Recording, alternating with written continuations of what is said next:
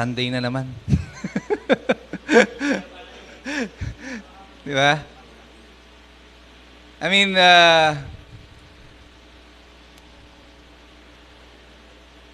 nararamdaman nyo ba? Can you feel it? Like there's something really moving very, very fast sa mundo natin. Alam nyo, every week, para ako newscaster dito sa inyo. Nagre-report ako sa inyo kung ano nangyayari sa mundo. That's why ako sinasabi ko sa inyo, magmasid kayo. Magmasid kayo.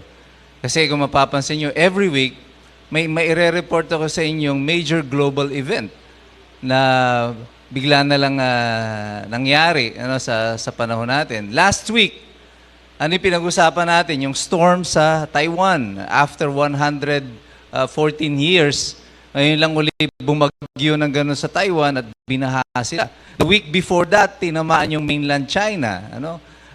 Talagang matindi yung catastrophe na dinanas nila. And just this week, last Tuesday, bumaha sa Libya. 20,000 are believed to be dead. 20,000, hindi pa po accurate yan. Estimate pa lang nila. Because what happened sa Libya is that gumiba yung dalawang dam nila. In the middle of the night, habang yung mga tao ay tulog sa kanilang mga tahanan, rumagasa yung napakalaking baha, galing sa bundok. At talagang na-wash out po. Pag nakita nyo yung mga videos at larawan ng itsura doon sa Libya, maluluma yung nangyari sa atin doon sa yung sa Leyte. Yung bagyo na dumaan noon. Ano pangalan na Yolanda. Pakiramdam natin parang delubyo na yung inabot ng Yolanda. Pero nung nakita ko yung nangyari doon sa Libya. Sa Libya kasi, pati building, as in, yung konkretong struktura, gumiba sa lakas ng ragasa ng tubig. And,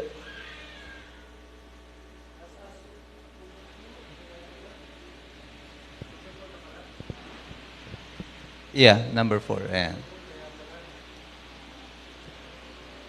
Yan. So, habang nagaganap ito, patuloy pa rin ang tuloy-tuloy na digmaan sa buong mundo.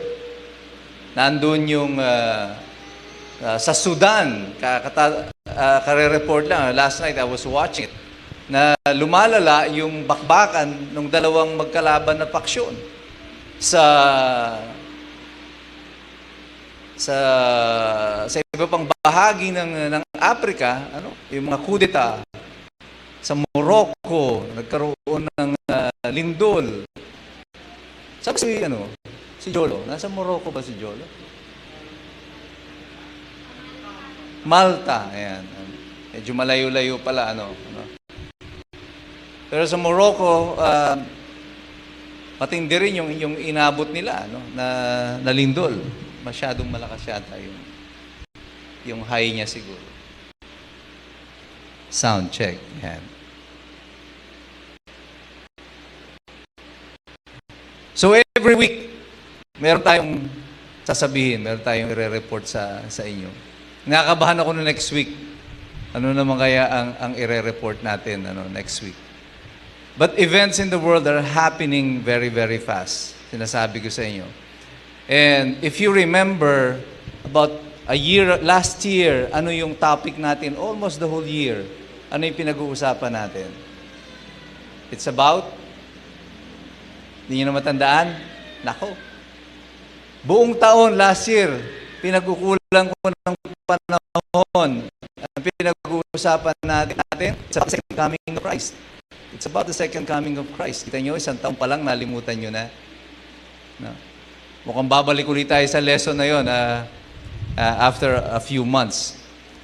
But there are indications today na yung pinag-usapan natin last year about the signs ng pagbabalik ng Panginoon ay narito na, at malapit na. Lagi kong sinasabi sa inyo na although the Bible said, hindi natin alam yung oras at panahon ng pagbabalik ng Panginoon, that only the Father in heaven knows, nag-iwan naman ang Panginoon, si Jesus, ng mga senyales kung kailan ito magaganap. So we have to be observant of these things. Kaya sinasabi ng Panginoon, magmasid tayo. Pag nakita nyo nang naglalagas na yung dahon, sabi niya, malapit na dumating yung nagas. Ito rin sa atin bilang mga Kristiyano, pag nakita nyo na yung mga sinasabi ng Panginoon, na mga senyales ng kanyang pagbabalik, alam mo na papalapit na siya.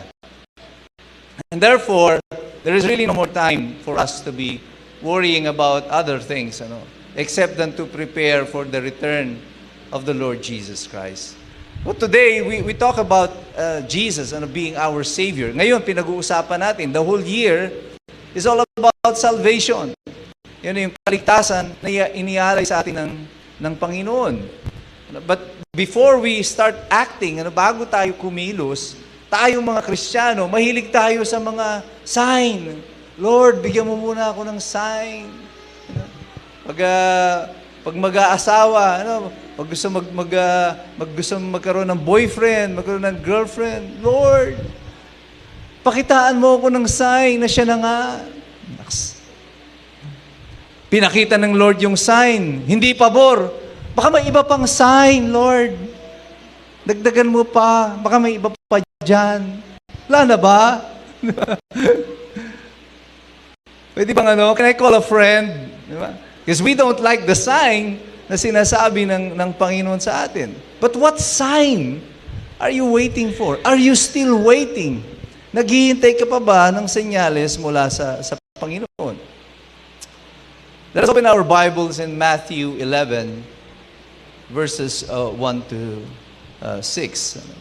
Sabi dito, Now it came to pass when Jesus finished commanding his 12 disciples that he departed from there to teach and to preach in their cities.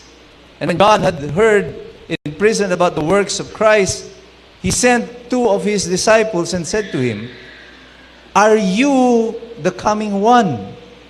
Or do we look for another?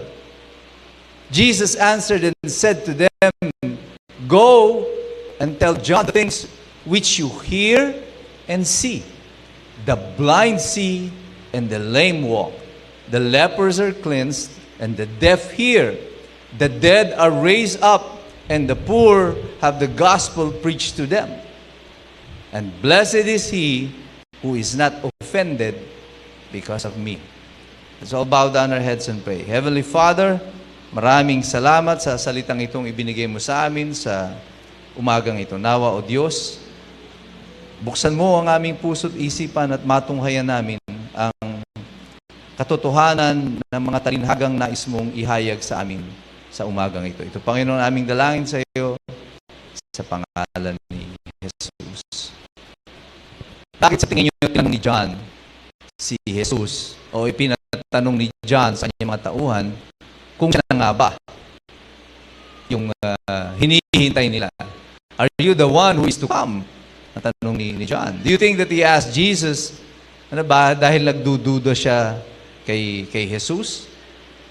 Or baka kompetensya niya si Jesus sa ministeryo? Remember, before Jesus began his ministry, it was John the Baptist. Si John the Baptist ang gumagawa ng pangangaral ng salita ng Panginoon. And John the Baptist knew his role. He is not the one. He knows. Kaya itinatanong niya kay Jesus, are you the one? Because John the Baptist knew that he is not the one. Si John the Baptist, alam niyang hindi siya yun. At ngayon, napakahirap, parang ang hirap-hirap sa mga Kristiyano, mga pastor, to understand and preach that they are not the one. Marami sa mga nagpipreach ngayon sa mga pastors na didinig ko. Di ba? Ako yung anointed, ako yung ganito, ako yung ganito. Yung isa nga, siya na yung anak ng Diyos. Yung taga doon sa Davao. Naging appointed son of God na siya. Ngayon, lahat na ng panalangin sa kanya pupunta. And there are so many false prophets na nagsusulputan ngayon. Recently, may nakita pa akong isang propeta din daw yun. Dumating doon sa isang event. Mahigpit yung Amerikana, halos pumuputok na eh. Tapos, hindi naman macho, malaki yung mataba eh, malaki tiyan eh. Pero naputok kanyang Amerikana. Tapos bumabasa sa sasakyan. Tapos ang nagbukas sa kanya, may tagabukas pa ng pinto. May mga bodyguard. At naglakad doon papunta sa covered court. Parang politiko. Tapos hindi ka makalapit kasi may mga hawi boys. May tagahawi. And they call him a prophet. And he's supposed to be preaching the word of God. Sa itsura pa lang, pagbaba pa lang sa kotse, alam mo ng peke. Ang nakakalungkot dyan, maraming mga tao ang naniniwala pa rin doon sa kanya. Because what are they looking for? They're looking for power. Yung perception of power. Tinanong ni John the Baptist si Jesus because he heard of his works. And he knew that only the Messiah can give the correct answer. Tingnan niyo kung paano sinagot ni Jesus yung kanyang tanong, are you the one who is coming? Sinabi ba niyang, yes! Ako yon! Wala nang iba! Ako yon! May sabi ba siyang ganon? I am the appointed Son of God. Born of the virgin birth. He didn't say anything about himself. Anong sinabi niya? Sabihin mo kay John kung ano ang inyong mga nasaksihan. Ang bulag nakakakita, ang bingi nakakarinig. Ang patay nabubuhay, ang may sakit gumagaling. But here is the clincher. Tignan ninyo kung gaano kahalaga yung pinakadulo. And the gospel is being preached to the poor. Bakit sa tingin nyo yun ang ending ng Panginoon? And the gospel is being preached to the poor. Because even during the time of Jesus, yung simbahan, yung mga Hudyo, became an exclusive club for the rich. Yun lang mga makapangyarihan, yung mga privilege, sila lang ang nakakapag-alay ng mahusay sa templo. They occupy yung magagandang pwesto sa lipunan, pati sa simbahan. At nasaan yung mga mahihirap? Tagabigay lang sila ng alay. Tagagawa lang sila ng mga sakripisyo. But they never heard the gospel. Nasaan yung mga mahihirap? Andun sa labas ng templo. Nagtitinda, nanlilimos. Yun ang trabaho. And the Jews, yung mga Hudyo, nakakalimutan na yung pag-ibig doon sa mga mahihirap. But for Jesus, the poor have a special place.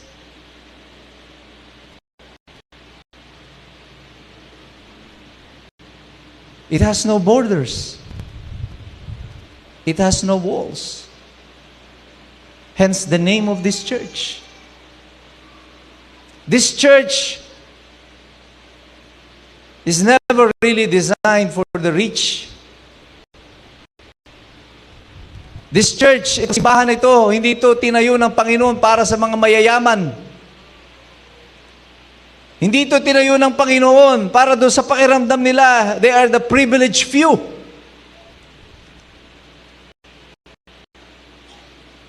Kaya tingnan nyo yung sarili ninyo. Sino dito ang mayaman? Taas ang kamay, pautang. Walang mayaman sa atin. But does it mean that we are lesser sa mata ng Panginoon? No.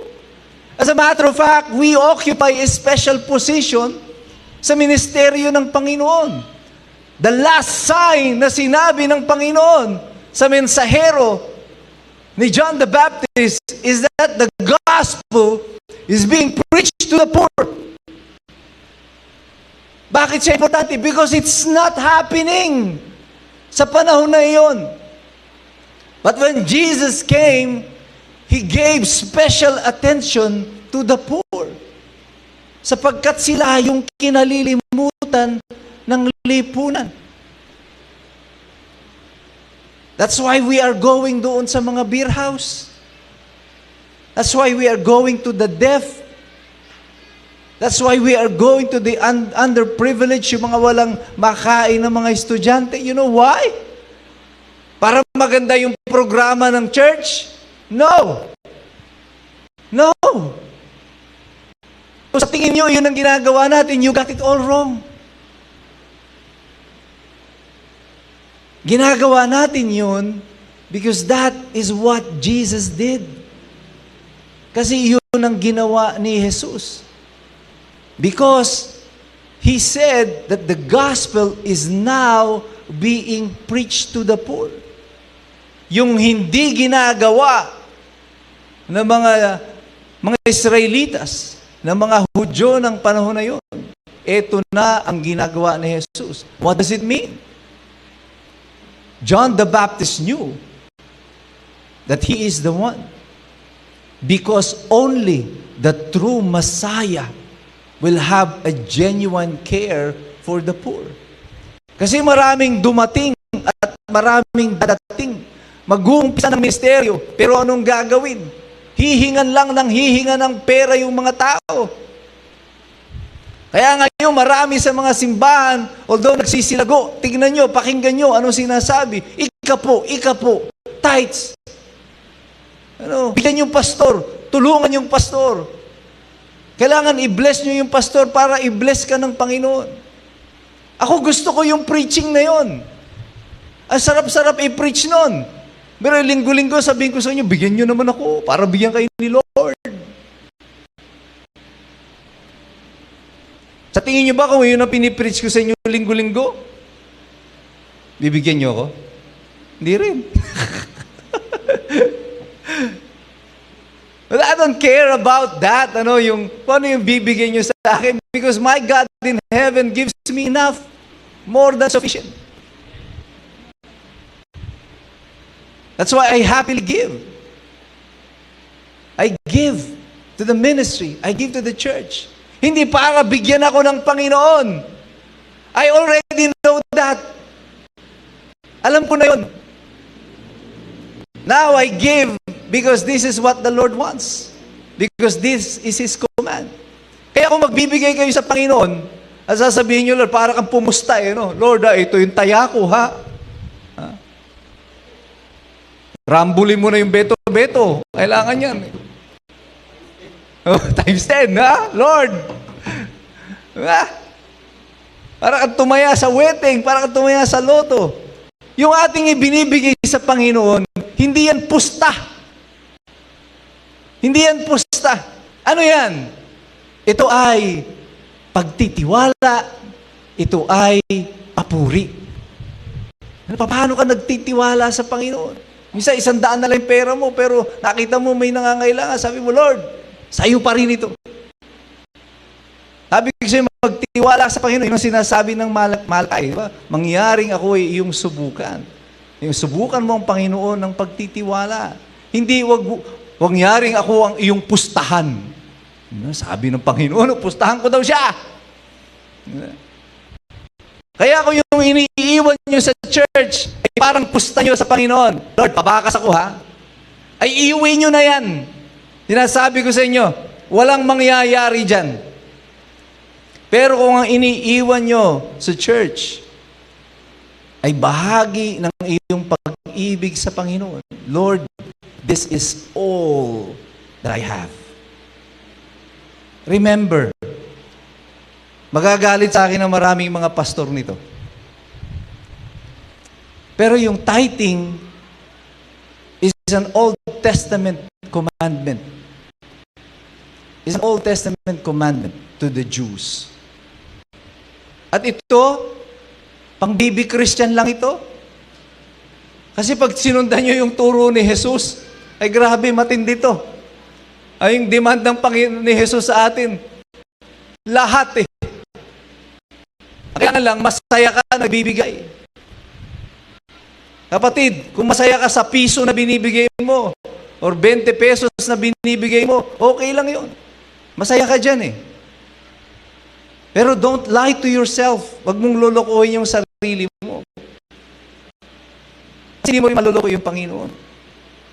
Sometimes we give yung 20 pesos or barya na lang kasi it's not because that's all you have. It's not because yun lang yung the best mo. No. The truth is, we give that kasi marami pa akong gagastusin, Lord. Mahal na ang bigas. Binaba ng gobyerno yung bigas, 45 pesos. Punta ako sa palengke, hinahanap ko yung 45 pesos. Ay, nasaan yung 45 pesos na bigas na iyan? Oo nga, ay bakit ganun? Anong nangyari? Nung sinabing ibaba yung bigas, lalong tumaas. Ay, ano ba yun? Ari, pinagluloko yata tayo ng mga... But tayo, when we try to give to the Lord, the first thing we come up with is our excuses. Pag sa Panginoon, we have excuses. That's why, pupunta ka ng Sunday, sabi nga sa'yo, pag walang trabaho, nagpe-pray sa Lord, Lord, bigyan mo ako ng trabaho para maging blessing ako, etc., etc. Binigyan ni Lord ng trabaho. Oh, nasaan ka? Sunday na Lord, may trabaho ako eh. Diba? Nawala ka na nung Sunday kasi may trabaho ka na. When you are praying for God to give you something and that something was given to you, the first thing you forget is who? God. That's why pagdating sa bigayan, sinong iyong last priority? God pa rin. That's why si Doktor, nagturo siya sa amin. Siya nagtuturo sa amin sa bahay, about yung paano i-divide yung aming pera. Magaling si Doktora, naka-allocate na yung, may sobre na siya pang kuryente, may sobre siya pang tubig, may sobre para sa tithes, para sa simbahan, lahat yun naka-allocate na. And therefore, namamanage mo. Pero kung lahat yun, nasa bulsa mo, nakabulto lang lahat, di ba? Bibigay ko ito sa ganito, bibigay ito sa ganito. Yung matitira kay Lord, ay wala nang natira. Wala nang natira sa atin. Because our last priority will always be God. And this is what John knew, John the Baptist knew. And when he asked the right questions, only the Messiah can give the correct answers. And he heard it from the Messiah himself. He knew that Jesus is the one. Now, he gives the signs. Sinabi ng Panginoon, itong mga senyales na ito na sinabi ni Jesus. The blind see, the lame walk, the lepers are clean, the deaf hear, the dead are raised up, the poor have the gospel preached to them. Ito yung sinabi ni Jesus sa kanila. And then, yung pinaka-last, yung paalala ng Panginoon, ito ang sabi niya, Blessed is he who is not offended because of me. Blessed is he who is not offended because of me. Anong ibig sabihin ng Panginoon? What did Jesus actually mean nung sinabi niya ito? Blessed is he who is not offended because of me. Jesus actually blessed are those who does not fall away because of me. Because people were expecting to see a Messiah that is like a king, so those who accept him as Messiah, despite his humble beginning, is blessed. Blessed is he who is not offended because of me. Bago dumating ang Panginoon, ang mga Hudyo, naniniwala na dadating ang isang tagapagligtas. But they were expecting a political savior. Ang hinihintay nila ay isang taong malakas, may mga sundalo, may makapangyarihan, at tatakutin ang mga Romano palabas sa Israel. That's what they were expecting. Kaya nung sinabi ni Jesus na siya yung Messiah, anong ginawa ng mga leader ng simbahan, ng sinagoga? Blasphemy! Winasak yung pinunit yung damit. Galit na galit kay Jesus. Babatuhin si Jesus. They were immediately offended because of what Jesus said. But not John the Baptist. Now you know exactly what the Lord is saying. He's saying to John the Baptist, he was asking the question kasi tinatanong niya, ikaw na ba? Sinabi ng Panginoon, ito mga senyales, ito mga ginawa, ito mga naganap. It's like telling John the Baptist, na-offend ka ba? That I am here. And John the Baptist was not offended. He was waiting for Jesus. Hinihintay niya si Jesus kaya hindi siya na-offend. That this is the God, this is the Messiah that he is waiting for. That the signs that he was asking for is already there. Nadinig niya na yung storya tungkol kay Jesus. He knew that these are the signs that the Messiah is here. He just wanted to confirm. Now when he heard from Jesus that he is the one, was he offended? Hindi. He welcomed it. He knew. Kung ma-offend siya, at that time, sabi ko sa inyo, at the beginning, bago dumating si Jesus, si John the Baptist ang rockstar ng mga Kristiyano. Siya yung sikat. Although hindi siya mayaman, no? Kinikilala siya. He is the only one who is baptizing people. Leaders fear him. Takot sila kay John the Baptist. Because he know that he is a prophet. And he know he speaks the truth. His word's power. So kumbaga, siya ang sikat nung panahon na yon. And then came Jesus. Kung si John the Baptist will be acting like any other Christian today, ma-offend yun. Ba, mas magaling sa akin itong pastor nito mas magaling kumanta Aba, ma-offend siya. Kasi kompetensya niya. He will stay away from Jesus. Baka sisiraan niya pa yan, si Jesus. But no. Because John the Baptist has been waiting for Jesus. Kasi tingnan niyo yung tanong niya kay Jesus. Are you the one who is to come? That means John the Baptist knew that he is not the one. That there is someone who will come. Na dadating talaga dito sa mundo upang iligtas tayong lahat mula sa ating mga kasalanan. That's why he is blessed by the news that Jesus is the one. Ito na yung hinihintay ko. Even today, many people stumble in their faith because they get easily offended. Their faith in God is only as deep as their faith in themselves. Kaya yung mga Kristiyano ngayon, napakadaling magtampo. Kasi yung pananampalataya nila ay kasing lalim ang pananampalataya nila sa kanilang sarili at hindi doon sa kanilang Panginoon. Ang mga Kristiyano, pinapatampuhin nila lang sa mundo ngayon. Alam niyo ba yun? Napakamatampuhin ng mga Kristiyano. Ano? Ma-rebuke mo lang yan. Naku, wala na yan. Ano? Aalis na yan. Masabihan mo lang ng ganyan. Aalis na yan. Tandaan ko na, kumanta kami nila Melchor doon sa Cavite.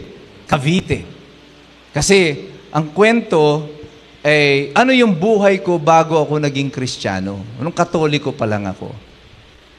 At ang tingin ko sa mga Kristiyano noon, ay, sabi ko parang, wala yan, mga nagbabanal-banalan lang yung mga yan. Kaya yung opening song namin nun, doon sa kwento, actually hindi yun ang opening song, doon sa kwento lang, ang opening song namin nun was Gary V. Medley. Pagkatapos nung nagkukwento na ako, sabi ko, eto ang tingin ko sa mga Kristiyano noon. Di kinanta namin yung, banal na aso, santong kabayo, natatawa ako. Nagtayuan yung mga Baptist. Nag-walk out. They got offended by the song. So hindi nila napakinggan the rest of the story hanggang dun sa dulo. Hindi nila nakita kung paano yung transition ng buhay from this to this, nung awit mula dito, papunta rito. Why? Because they got offended. They got offended. Masyadong matampuhin tayong mga Kristiyano. Eh marami ako nakikita, parang yung mga nag-aaway. Kristiyano, pati sa Facebook nag-aaway. Kung ano nang pinagsasabi sa isa't isa, mga pastor pa naman din yun. Kaya ngayon, nagugulat ako, may mga pastor nagdedemandahan doon sa korte. Alam niyo kung anong pinagkatalunan nila, anong demanda? Cyber libel. Hala. Mga pastor, nagdedemandaan. Bakit mo inaway ito? Kasi sabi niya, ganito daw si Jesus. Pinag-aawayan nila si Jesus. Tapos, si Jesus, pag-ibig, pero nag-aaway sila. Paano nangyari yun? Sabi ng Diyos, God is love. Jesus is God. Jesus is love. Pero pinag-aawayan nyo yung tungkol doon sa pag-ibig. Paano na nga yun? Ay, hindi ko pa alam. Paano posible yun? Sabi ko kay Melchor, Melchor, suntukan tayo! Pero love kita! Paano nangyari yun? Because tayo, yung ating pananampalataya, ay singlalim lang ng pananampalataya mo sa sarili mo. Hindi mo inilalampas papunta sa Panginoon. That's why you get offended. Because if there is one who should have been offended by the things that we do, ay yung Panginoon muna yon. Dahil nagpapatay na nga siya sa krus, nagpapako na sa krus. Ano tayo?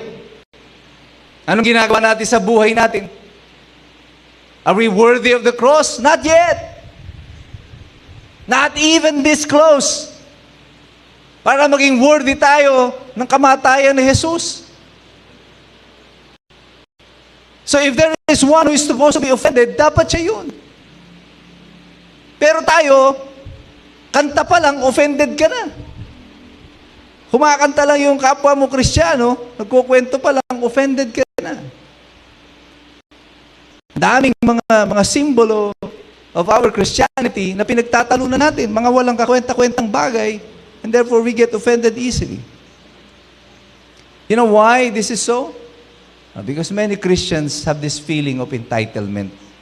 Maraming mga Kristiyano, sobrang paniwala ng yung karapatan nila, na parang sa kanila na umiikot yung mundo. I remember one time, there was a pastor, Sabi ko sa kanya, dati nag-attend ako ng Love Flock, nung Katoliko pa lang ako, charismatic.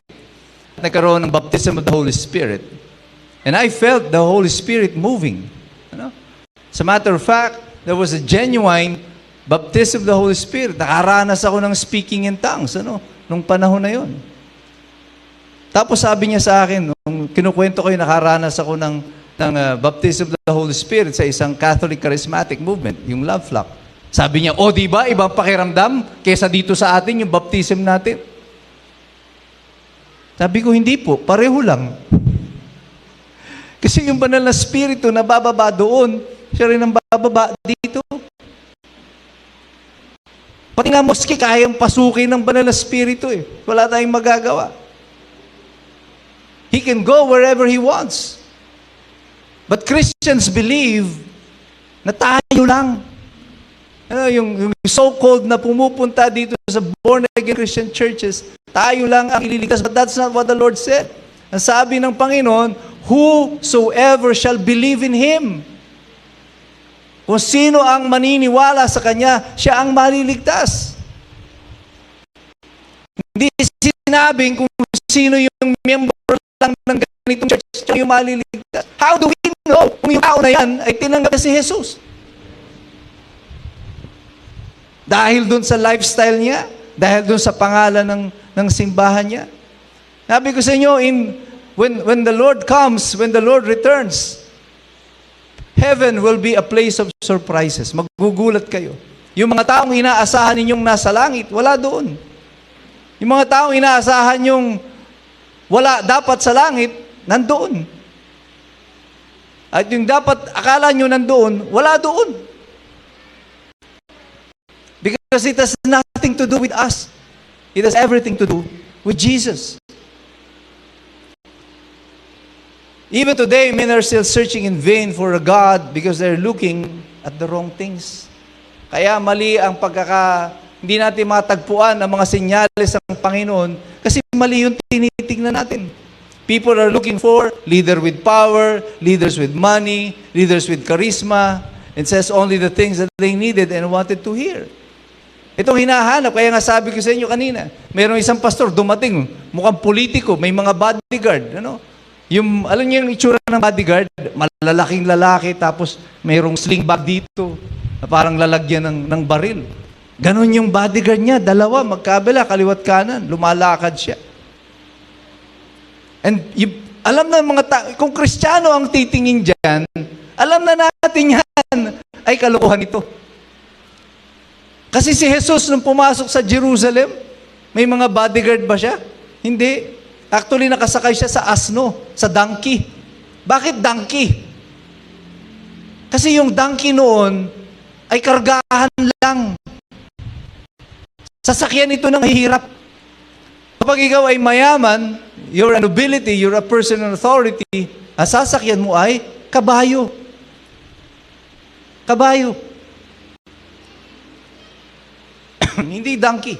But Jesus, when He came, He was riding a donkey. So, mga tao, maraming naniwala, hindi yan Bisaya, hindi yan Diyos. Hindi yan tagapagligtas. Tagapagligtas, naka-jeep. Tagapagligtas, naka-tricycle. Tagapagligtas, naglalakad lang. So, it's not complete. But people today, maniniwala pa rin sa mga tao because they're looking for the wrong signs. These are the signs of God na binigay niya sa atin. The signs of the return.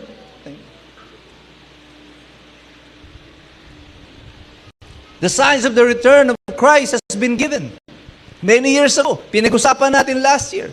And now it is happening very fast. Napakabilis.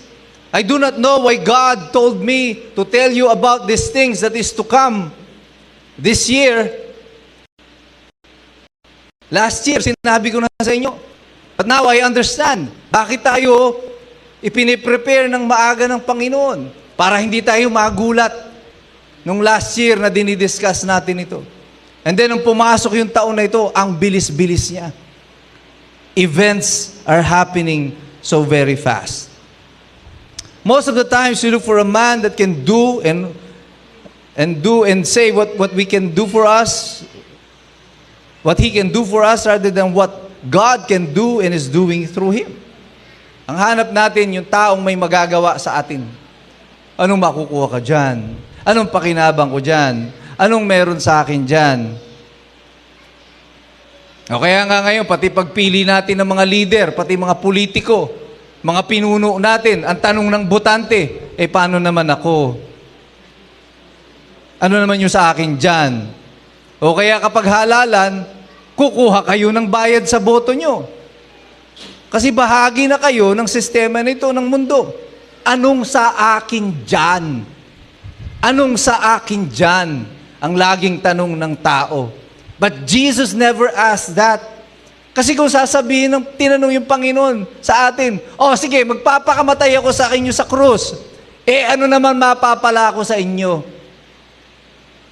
Sa tingin ninyo, kung tinanong sa atin ng Panginoon yun, at ang lahat ng bagay pala ay may reciprocity, Bibigay ako, magbalik ka sa akin.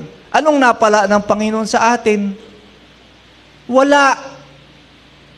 That's why yung pag-ibig ng Diyos, yung biyaya ng Diyos, yung pagliligtas niya sa atin, lahat yan, it's a one-way thing. Lahat yan, regalo lang. Wala kang ginawa, kapatid, to deserve what God is giving you today. His salvation. There's nothing that you did to make you deserve. Wala kang ginawa, kapatid. Para sabihin mo, akin talaga yan. Ako talaga yan. Mainam kasi ako, mahusay ako, mabait ako. Wala. It is God's gift of love. It is grace. Love undeserved. Pag-ibig na hindi para sa iyo. Pero inalay niya sa iyo. That's how good God is. We are so focused about ourselves and our standard of righteousness that we miss the signs. Tuwan-tuwa ka kasi sa sarili mo. Tuwan-tuwa ka sa standard mo. Nakakalimutan mo na yung mga sinyalis ng Panginoon na sinabi niya, eto ako si Jesus. Ako yung tagapagligtas at ako ay babalik. Nakakapokus dito sa mundo. Ay, may problema ako dito. Sasabihin na, kapatid, babalik lang natin. Oh, bukas ko na pag-isipan yan. May problema pa ako dito. We focus on the unimportant things of life rather than life after death. And that is why up until today, many of those that you don't see in church are still asking the Lord, Lord, are you the one? Marami sa mga iniimbitahan nyo sa church, maraming dati nang nasa church, biglang nawawala sa church. Hindi na nagsisimba. Bakit? Hanggang ngayon, hinahanap pa nila. Are you still the one? Are you still searching for the one? Hindi ka pa rin naniniwala na si Jesus ang magliligtas sa'yo. You don't come to church to see me. You don't come to church to see Pastor Mike preach. I am inconsequential here. Ako ay mensahero lang. Ang totoong pinupuntahan natin dito ay ang Panginoon. Tayong lahat dito, tinatawag tayo dito to do what? To worship Him. Sumasamba lang tayo. Walang mas mainam sa atin dito, walang mas konti ang kasalanan dito. Sabi niya, mas mainam ako dyan, ako, ganito lang kasalanan ko. Siya ka, ganun kalaki. Wala pong ganun. Yung kasalanan. Pare-pareho lang tayong mga makasalanan, nagpipilit na lumapit sa Panginoon. We are here to worship God. Not to declare our righteousness, kasi tayo, wala naman tayong righteousness. Nang hihiram lang tayo sa Panginoon ng righteousness. That's the truth. So walang kahit na sino man dito ang makakapagdeklara sa atin na ako, mas mainam ako. Mas mabait ako, mas malinis ako, mas puti ang damit ko. That's nonsense. All of us has fallen short of the measure of the glory of God. Everyone has sinned, ang sabi ng Biblia. Kung sasabihin mo ikaw wala ka ng kasalanan, at then ginagawa mo sinungaling ang Panginoon. Kung wala ka ng kasalanan, wala ka ng pangangailangan sa Diyos. That's why we are always here, asking God for forgiveness. Because we know we are not worthy by our own works. Kung sa gawa lang natin, palpak tayo. Kung buhay lang natin ang pagbabasihan ng kaligtasan natin, bagsak na tayo. But fortunately, that is not the basis of our salvation. We are being saved because Jesus is the one. Amen? He is the Messiah who was sent to die for all our sins. And He did. Namatay nga siya para sa lahat ng ating kasalanan. And that is our salvation. Sa umpisa pa lang, when John the Baptist realized that Jesus is the one, masaya na siya because salvation is at hand. Ito ang hinihintay ng lahat. Ang ating Panginoon. Are you still looking for the one? Hinahanap mo pa ba yung nag-iisang hinihintay ng puso mo? Natagpuan mo na ba siya? Nakita mo na ba siya? If you're still looking for this this one that you wanted. Yung kaisa-isa na hinahanap mo, despite of the fact na nakalantad na siya dito sa ating harapan. Then we are missing the point completely. We're missing the point completely. Lahat po ng ginagawa natin dito would have to begin from something.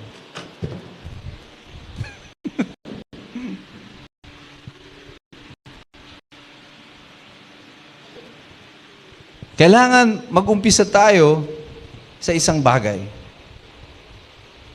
And that something is about Jesus Christ. Sa buhay natin, kailangan mag-umpisa tayo from the very beginning of our faith. The beginning of our faith speaks about Jesus. Are you the one? Ikaw na ba yun, Jesus? Because if Jesus is not the one, kung hindi pala siya yung hinihintay natin, then what we're doing here, yung ano man ang ginagawa nating lahat dito, wala nang saysay. Everything that we're doing here today, pagsasayang lang ng oras. We might as well go home. Maglaba na lang kayo, maglinis na lang kayo. Anong gusto niyong gawin? We might as well go home. But the truth of the matter is, the moment that Jesus declared through His signs that He is the one, our life changed. Nagbago ang buhay natin. Mula sa taong walang kapag-asang maligtas, tayo ngayon ay mga taong inihanda para sa buhay na walang hanggan. If you put this in mind, makikita niyo ang malaking pagbabago sa pananaw ninyo sa buhay. Your priorities will change. Magbabago ang mga prioridad ninyo sa buhay. Kung dati gustong-gusto lang ninyo yumaman, gustong-gusto lang ninyo kayo'y sumikat, lahat yan ay mawawala. Kasi ang nais lang ninyo, maglingkod sa Panginoon. Be assured of your place in heaven. At kung mahal ninyo yung mga kaibigan ninyo, yung asawa ninyo, yung kapatid ninyo, hindi nyo ba gustong makita rin sila sa langit? Wouldn't it be nice, when Jesus returns, at babangon na tayong muli. Sabi ng Panginoon, those who were dead in Christ will rise first. Yung mga namatay na kasama ng Panginoon will rise first. And then tayo na naiwan sa lupa, tayo yung susunod, naaakyat sa langit. Anong ibig sabihin nito? There will be a great reunion in heaven. Magkita-kita tayong muli. And isn't that wonderful? I mean, that idea, this promise of God, that eventually makikita ko yung nanay ko in heaven, motivates me, motivates us. Si Doktora, she lost her mom, at yung tatay niya. But we are hoping, we're praying that that day will come. Magkikita-kita kami sa langit. Ang sabi nung iba, may nagsabi sa akin, hindi po, pag nagpunta na kayo sa langit, iba-iba na ang itsura ninyo. Sabi ko, hindi po. Look at what the Bible says. Your name is written in the book of life. Ang ibig sabihin nito, kung ang pangalan mo dito sa lupa ay Randy, pag-akyat mo sa langit, si Randy ka pa rin. Mas gwapo ka nga lang doon sa langit. Pero we will know na ikaw yun. Amen? When we see each other, tatawagin mo yan, Brother Randy. Ang macho mo na. Ang kapal na ng buhok mo.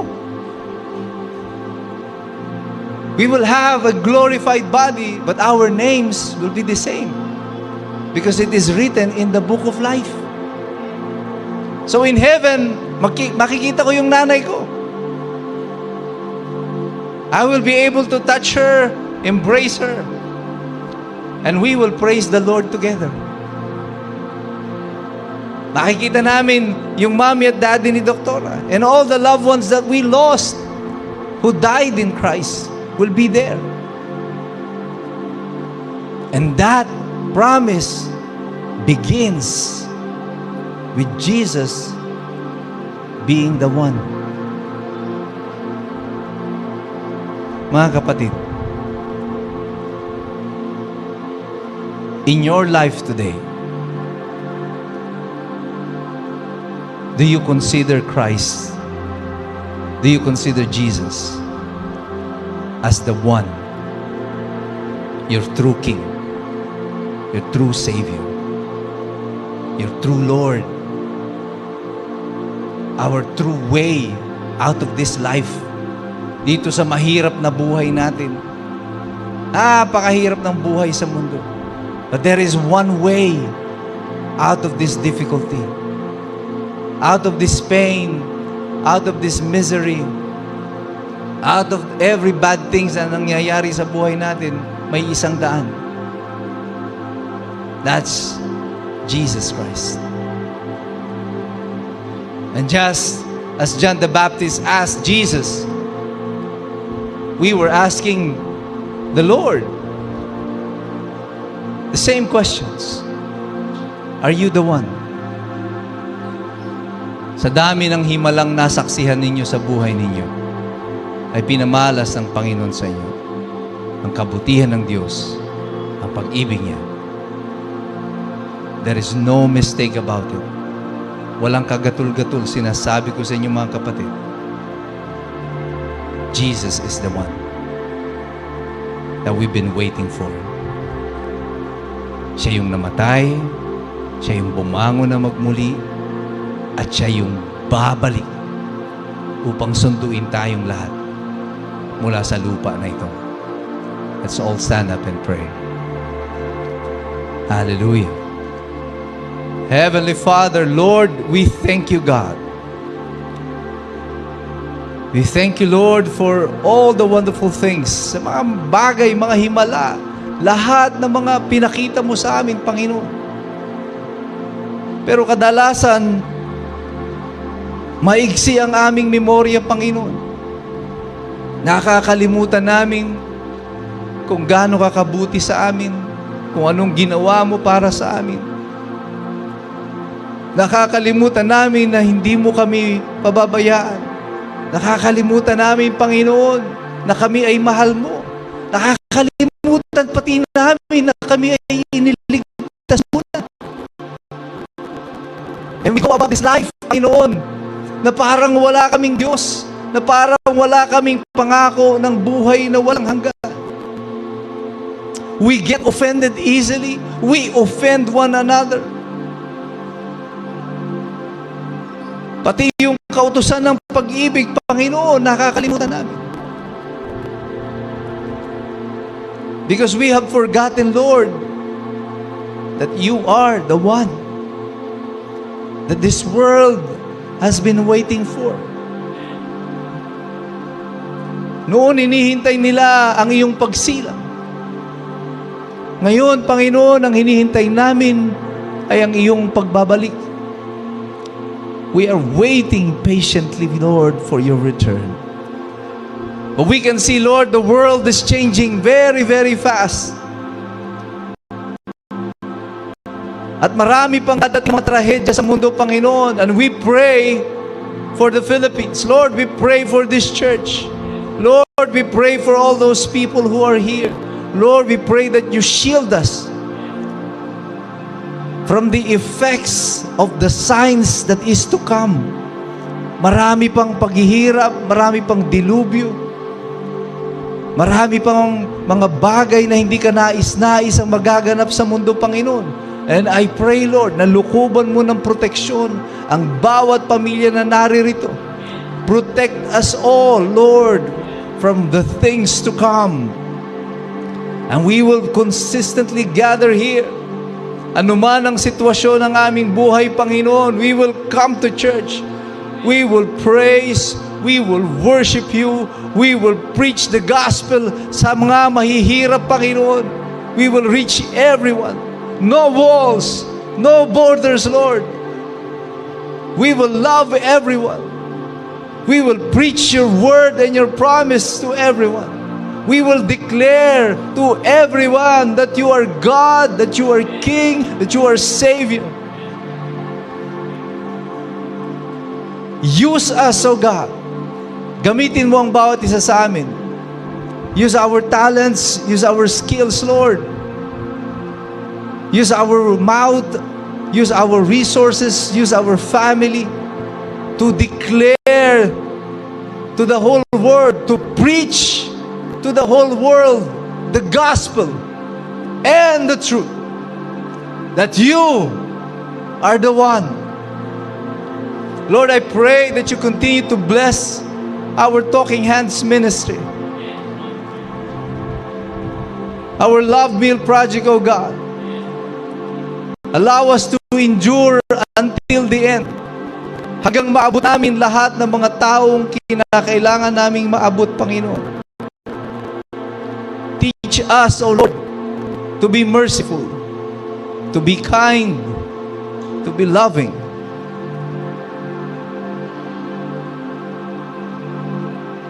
Teach us, Lord, your ways. Not to be offended by you, but to embrace you as our Lord and as our Savior. And all of this, Lord, we ask and pray in the mighty name of our Lord, our Savior, Jesus Christ. Amen and amen.